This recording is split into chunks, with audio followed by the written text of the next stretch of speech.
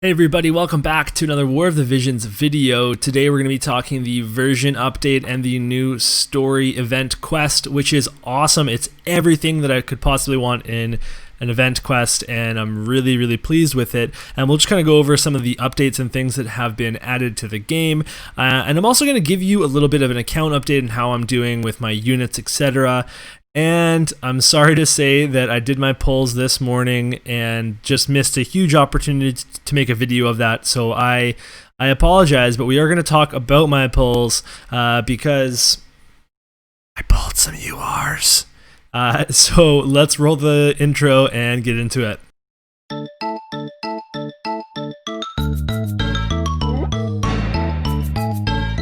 Alright, so moving into the version update news, we got a lot of really simple but really necessary stuff.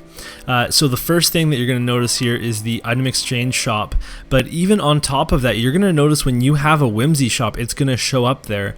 And just like we also see, I can go straight to the guild battle screen by clicking here. There's all these little UI adjustments that are really nice. So this one is particularly huge for me because just the more clicks that you have to do, like, it really is pretty frustrating. Oh, it looks like we're going to be winning this week. Hopefully, I don't know if they have more attacks, but that's a revenge match, so very exciting there.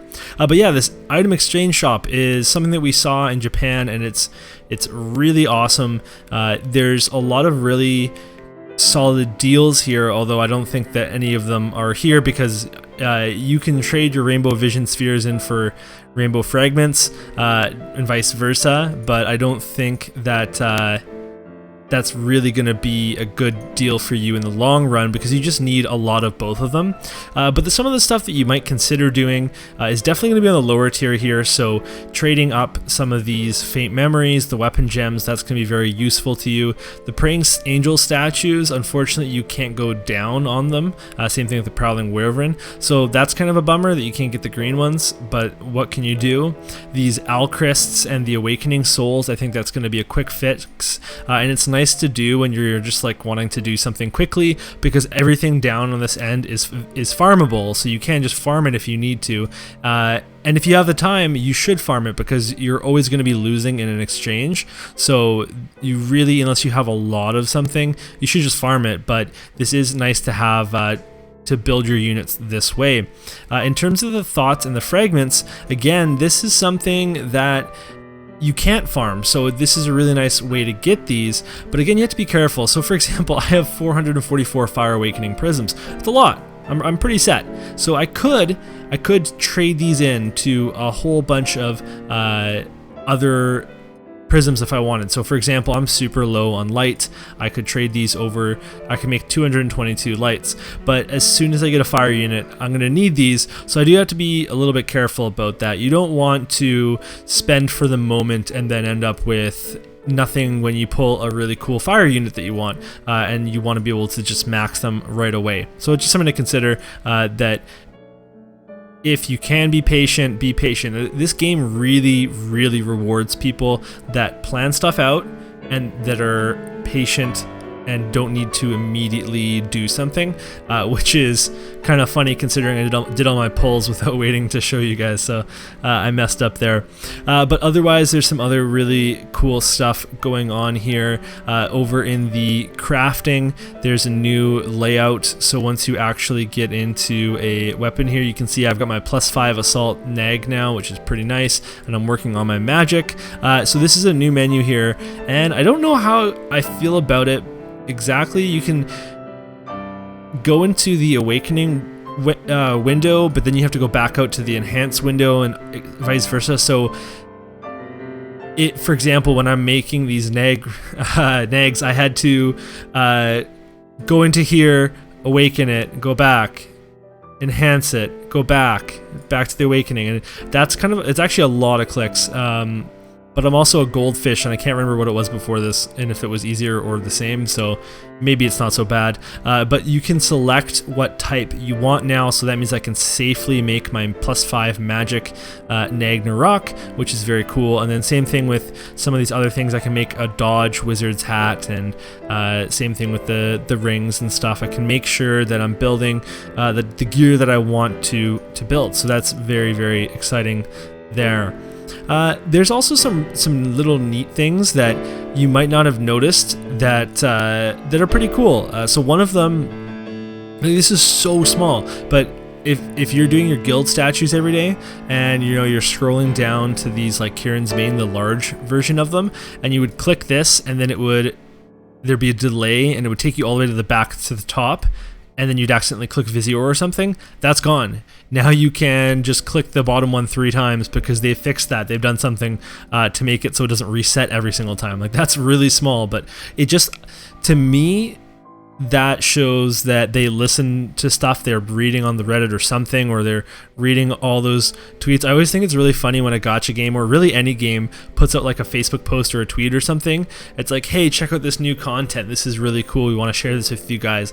And it's like one person's like, this is really neat. And then there's like 45 people saying, you need to fix the multiplayer, blah, blah, blah. This game crashes. And it's just like every single post that the game has just turns into a forum for complaints. But then, if they're listening to those complaints, then that's pretty nice too, so can't really complain there. Okay, so story mode, or not story mode, we do have the unit JP item drops. That's something that I didn't know was coming in. But in battles in general, there are voices now for a bunch of characters. So Mont is pretty interesting. His voice is a lot more aggressive than his voice actor normally is, so it's kind of, I don't know if that's just how he is in battle, or it's just a little bit different of a tone, but it kind of threw me off because he's saying the lines that you would expect Mont to say, but he's like really giving her on the voice acting part of it, so that was kind of interesting. But a ton of characters have voice lines now, and they're varied. Like, there's a bunch of them. They don't say the same 2 things over and over. They say stuff when they're buffed, when they attack, when they take damage, all this sorts of stuff. And if multiple voiced characters are fighting each other, and one uses an attack and has a voice line, and one of them has a defense voice line, they don't like cut each other off. They just kind of overlap, and you can listen to both. Like, they're talking in combat, you can hear both of them, and I thought that was a nice touch too. So I thought that's very well executed. I'm very excited to see more of that. So there's more version update stuff. Like, it's a whole thing. We talked a little bit about it in the last video, but those are some of the things that stood out to me. The kicking in multiplayer I haven't experienced yet, so that's good. I haven't been kicked yet, but there's a lot of time for me to get kicked. So that being said, let's talk about the new event. Alrighty, so we've got the Threat to the West Rundal, which is a very cool event, and it's just like the Etra event that we had, where the story is going to introduce all of the characters that are available in the banners, with the exception of Salir, who is going to be coming soon. And I really appreciate these types of events because I'm really big on story, and I want to know more about the characters. So this was a slam dunk for me. They did a very good job telling a very interesting story about Adelard and Salir's father, how they came into command of Nitor, and they also introduced a little bit about Rundal, about our main gunner here, Lucia, and there's a little bit of a hint about her character and her maybe her superior at the end, and kind of like what kind of country Rundal is, and I'm very interested to see more. This event also came with new maps. It came with obviously all the voice lines, all the story and everything. The story itself isn't voiced, and that would be the one little thing I would nitpick, and it's not a massive deal for me, except that I actually really enjoy the voice actor of Adelard. Salir's not bad either. It was totally fine for King Rob not to be voiced because he is my arch enemy and I hate him. But overall, this is a really cool set of quests. You get the 10 story quests, and then there is a EX quest that you can farm the Ras Al Gathi, and it's a good gun. I recommend it. If you don't want to plus, you don't have to +5 it necessarily. Just like go for like a +1, 2, or 3, and then call it a day and be happy with it. There's a mission here, make an elemental chain of 3 or more, and this one is tricky in that everybody's so weak, it's hard to chain 3 times because you'll kill them. So what you can just do, if we go in here and look at our formation, you can actually just select the guest version of Lucia, or I just did it, so she's not up right now, she'll be up later, but there's going to be a trial companion of a fully built Lucia, and you can just grab her. She's got that 3-chain shot ability, and she can just get that mission for you, and then you're good to go, and you've got yourself a rainbow shard. Alright, so that being said, we're going to take a look at my account now. So this morning I woke up and I was so thrilled. I hadn't been able to try the patch yet because it was delayed last night. I had to go to bed earlier because my work's starting to pick up again, so I can't stay up as late as I was during quarantine. But I came in and I saw that there was the step up banner, and I saw that there was also the free summon. There was lots of really cool opportunities here, and I took advantage of all of it. So I was never going to go for Lucia just because I didn't think I had enough to pull her, but I did have enough for the step up. So that's what I did. I went for the step up, and it was a very, very profitable summon for me, or set of summons. So let's kind of talk about what I ended up pulling if the game loads.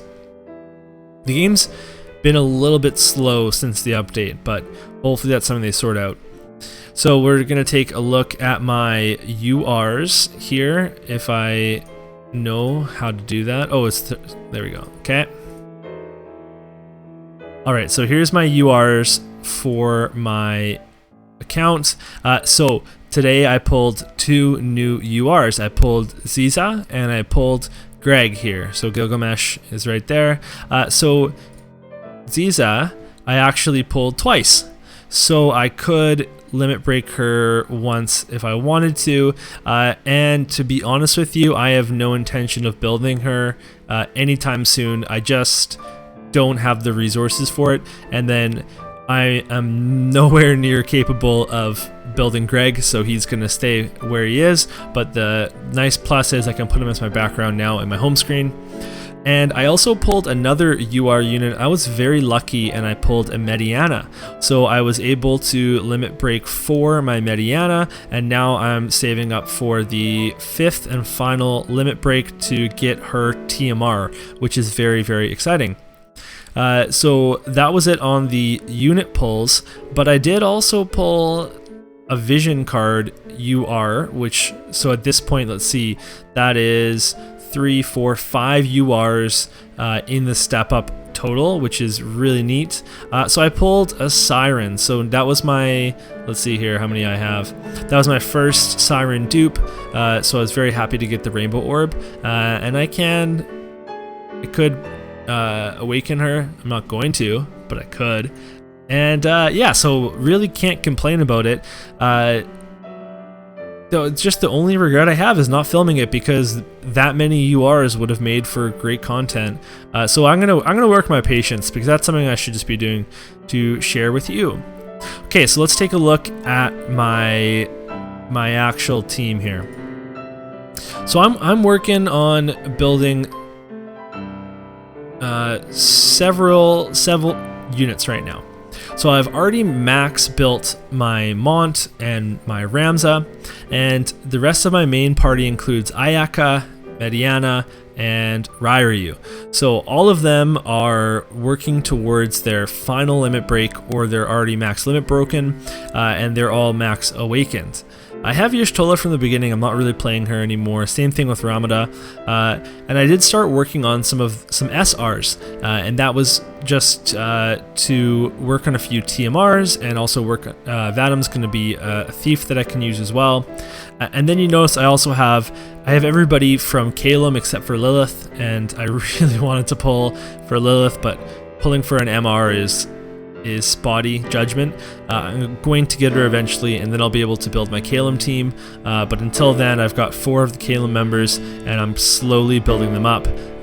Down at the bottom, I've got Gafgarian as well, and then Phoebe. So Phoebe is very exciting. I've been working quite hard on her, and she is very close to max limit break. And at that point, I'm going to be able to unlock her TMR, which then I'll be able to use in my PvP party and guild battle party. I'll have 3 TMRs finally, so every unit in my party will have a TMR. So I'm thinking of giving this to Mont to get his agility up, because you still get some defense. And then if he's tanking, then light attack resists is not terrible. And that's going to allow me to give Ramza's TMR to Ayaka, which is actually very relevant now because of the hate changes that they've made. Mont can't tank the whole battle anymore because I don't have him on Paladin, I have him on Knight. So he doesn't have Taunting Blade. But I do have Ramza with Taunting Spell, and that's kind of why I've made that call. So, I also have another project, which is Mashery, and I'm building her because I like her. And I know that rating-wise, this might seem like a mistake, but I believe that you should play the characters that you enjoy. So with her, I just limit broke or awoken 5 her, and I'm working on 6 now. By the time I get these rainbow shards, I'm hoping to get my prisms in order, and these thoughts will be easy. I'll get them in the Chocobo expedition.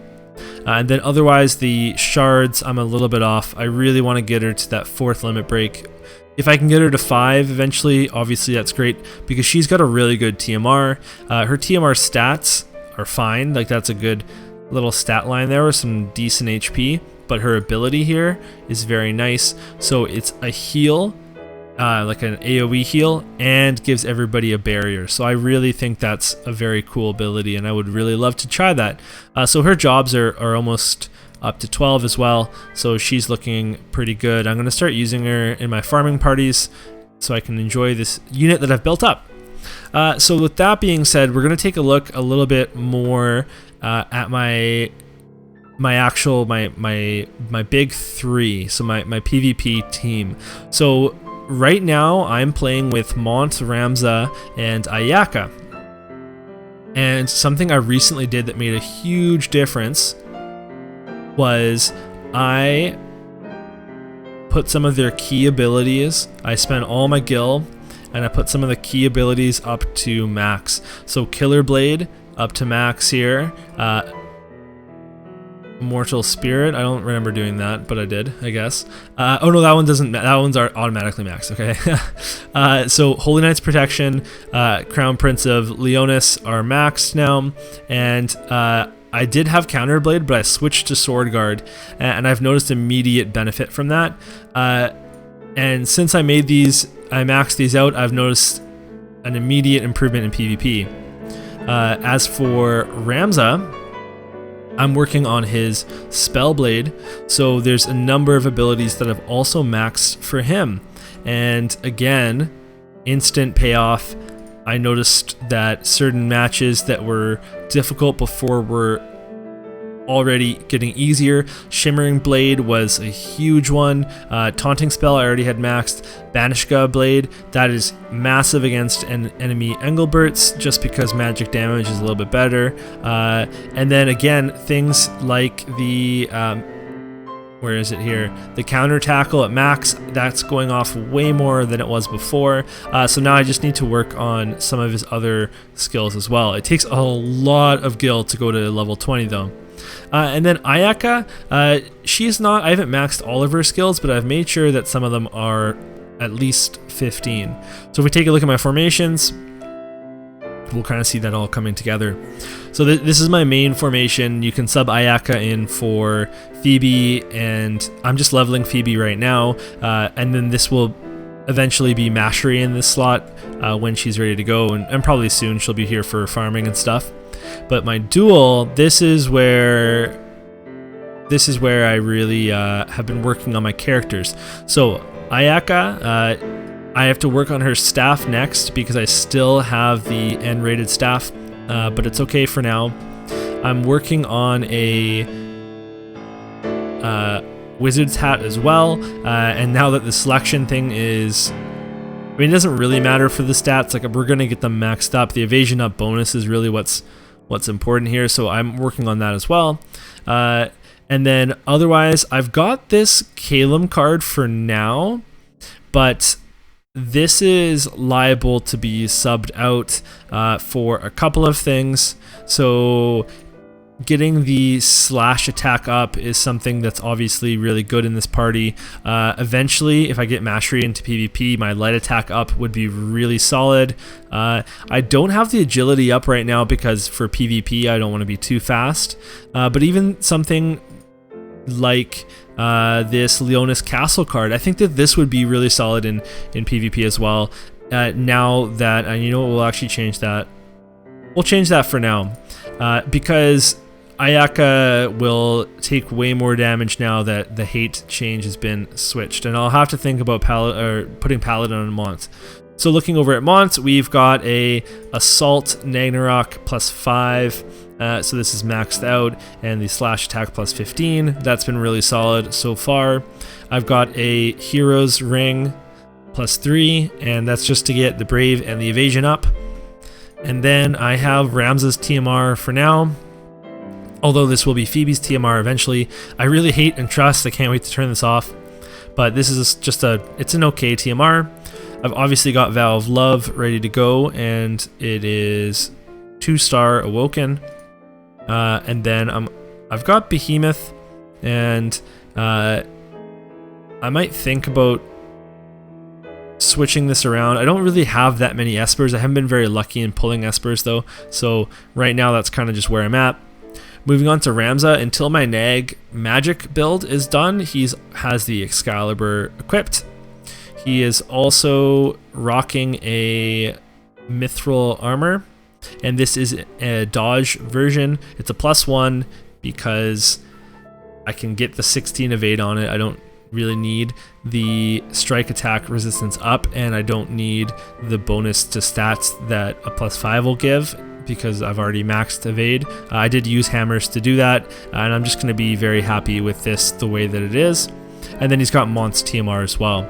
Now for the actual loadout here, I've been farming light Chocobo expeditions like crazy because I wanted Phoebe shards, Mastery shards, etc. So my Iron Giant is my highest leveled Esper, which is very nice. And then the card is just really solid for PvP because all you see is slashers. Like it's really most of the meta right now, so this is a really good party ability to have, and agility down is not a big deal. Slash attack up is very solid as well, so I highly recommend this card if you haven't seen it.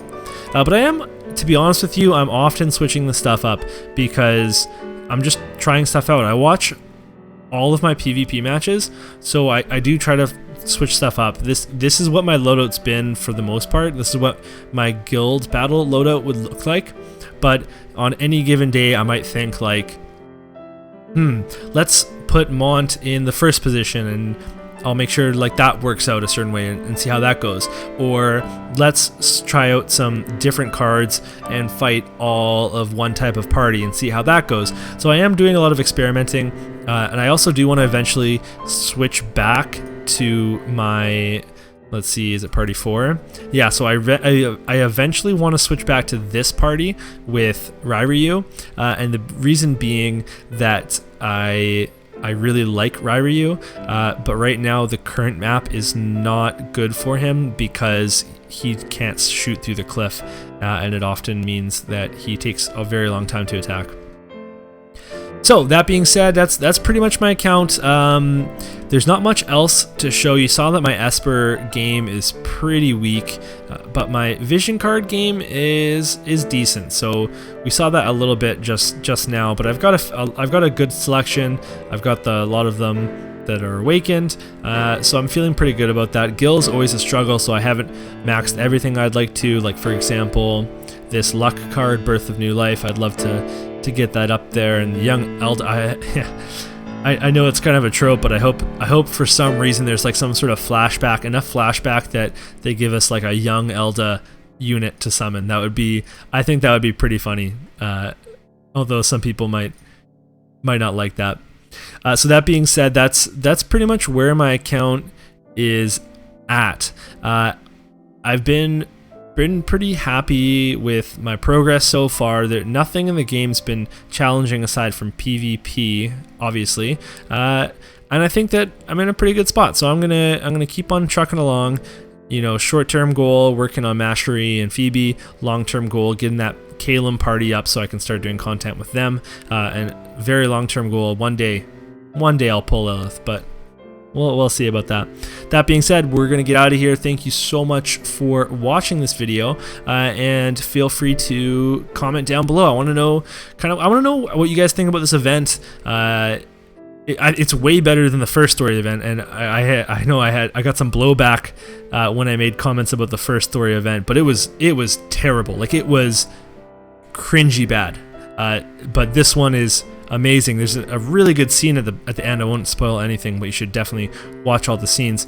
So let me know what you thought about the story event. Let me know how your party's going, how your formations are doing, and what your account progress is like too. So, because I'd love to hear that kind of stuff. And then if you don't mind liking the video and giving me a sub, then I really appreciate that too. That being said, we're gonna get out of here. So thank you so much for stopping by. Thank you so much for watching this video. You can show your support with a like and subscribe, and by checking out my Patreon at patreon.com/MassidiaGaming. Until next time, keep it real, Massidians.